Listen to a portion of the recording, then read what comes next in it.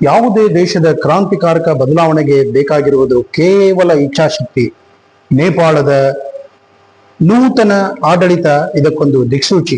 ಜನ ಕನ್ನಡ ಟಿವಿ 1 ಮಾಧ್ಯಮದ ಯೂಟ್ಯೂಬ್ ಚಾನೆಲ್ನ ಆತ್ಮೀಯ ಪ್ರಜ್ಞಾವಂತ ನಾಗರಿಕರೇ, ವೀಕ್ಷಕರೇ, ನಮಸ್ಕಾರ.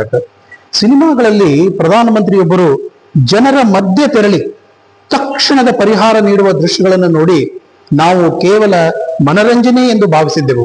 ಆದರೆ ನೇಪಾಳದ ನೂತನ ಯುವ ಪ್ರಧಾನಮಂತ್ರಿಯು ಇತ್ತೀಚಿನ ನಿರ್ಧಾರಗಳು ಅಂತಹ ಕ್ರಾಂತಿಕಾರಕ ಬದಲಾವಣೆ ನೈಜ ಜೀವನದಲ್ಲೂ ಸಾಧ್ಯ ಎಂಬುದನ್ನು ಸಾಬೀತುಪಡಿಸಿವೆ.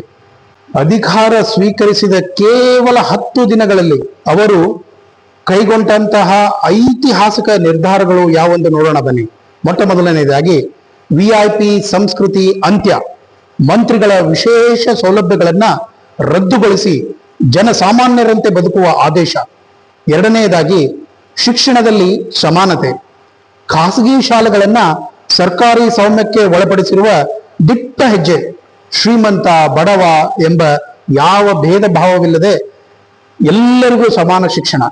ಇನ್ನು ಮೂರನೆಯದಾಗಿ 100 ದಿನಗಳ ಗಡುವನ್ನು ಸರ್ಕಾರಿ ಇಲಾಖೆಗಳಿಗೆ ನೀಡಲಾಗಿದೆ. ಅದೇನೆಂದರೆ ಪ್ರತಿಯೊಂದು ಇಲಾಖೆಯೂ ಸಹಿತ ನಿರ್ದಿಷ್ಟ ಗುರಿಗಳನ್ನ ನೀಡಲಾಗಿದೆ. ಆ 100 ದಿನಗಳಲ್ಲಿ ಫಲಿತಾಂಶವನ್ನ ನೀಡುವುದು ಕಡ್ಡಾಯಗೊಳಿಸಲಾಗಿದೆ.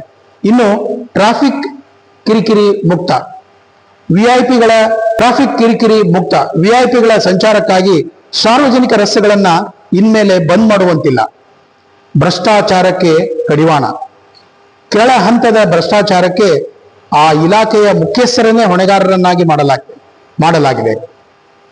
ಇಂತಹ ಬದಲಾವಣೆಗಳು ಮಾಡಲು ದಶಕಗಳು ಬೇಕಂತಿಲ್ಲ. ನಾಯಕನಲ್ಲಿ ಪ್ರಾಮಾಣಿಕ ಇಚ್ಛಾಶಕ್ತಿ ಇದ್ದರೆ ಕೇವಲ 1 ದಿನ ಮಾತ್ರ ಸಾಕು ಎಂಬುದಕ್ಕೆ ನೇಪಾಳದ ನೂತನ ಯುವ ಪ್ರಧಾನಮಂತ್ರಿಯೇ ಸಾಕ್ಷಿ. ಸಿಂಗಪುರ, ಚೈನಾದ ಪ್ರಗತಿಯ ಹಾದಿಯಲ್ಲಿ ಈಗ ನೇಪಾಳವು ದೃಢವಾದ ಮತ್ತು ನಿಶ್ಚಿತವಾದ ಹೆಜ್ಜೆಯನ್ನ ಇಡುತ್ತಿರುವ ವ್ಯವಸ್ಥೆಯಲ್ಲಿ ವ್ಯಕ್ತಿ ಪೂಜೆಗಿಂತ ಪಾರದರ್ಶಕ ವ್ಯವಸ್ಥೆಯೇ ಮುಖ್ಯ. ಅದರಲ್ಲೂ ಮುಖ್ಯವಾಗಿ ಭ್ರಷ್ಟಾಚಾರ ಮುಕ್ತವಾದಂತಹ ಪಾರದರ್ಶಕ ವ್ಯವಸ್ಥೆಯೇ ಮುಖ್ಯ ಎನ್ನುವುದನ್ನ ಈ ನೇಪಾಳದ ಹೊಸ ಪ್ರಧಾನಮಂತ್ರಿ ಸಿದ್ಧಪಡಿಸಿದ್ದಾರೆ. ಹೆಚ್ಚಿನ ಜನಕನ್ನಡ ಟಿವಿ 1 ಮಾಧ್ಯಮದ ಯೂಟ್ಯೂಬ್ ಚಾನಲ್ ಅನ್ನ ಸಬ್ಸ್ಕ್ರೈಬ್ ಮಾಡಿ, ಶೇರ್ ಮಾಡಿ, ಕಮೆಂಟ್ ಮಾಡಿ ಮತ್ತು ಬೆಲ್ ಬಟನ್ ಒತ್ತಿ ನೋಟಿಫಿಕೇಶನ್ ಪಡೆದುಕೊಳ್ಳಿ. ನಿಮ್ಮ ನೆಚ್ಚಿನ ಜನಕನ್ನಡ ಟಿವಿ 1 ಮಾಧ್ಯಮದ ಕೋಶವಾಕ್ಯ: ನಿಮ್ಮ ನುಡಿ ನಮ್ಮ ನಡೆ, ಸಮೃದ್ಧಿಯ ಕಡೆ. ನಮಸ್ಕಾರಗಳು.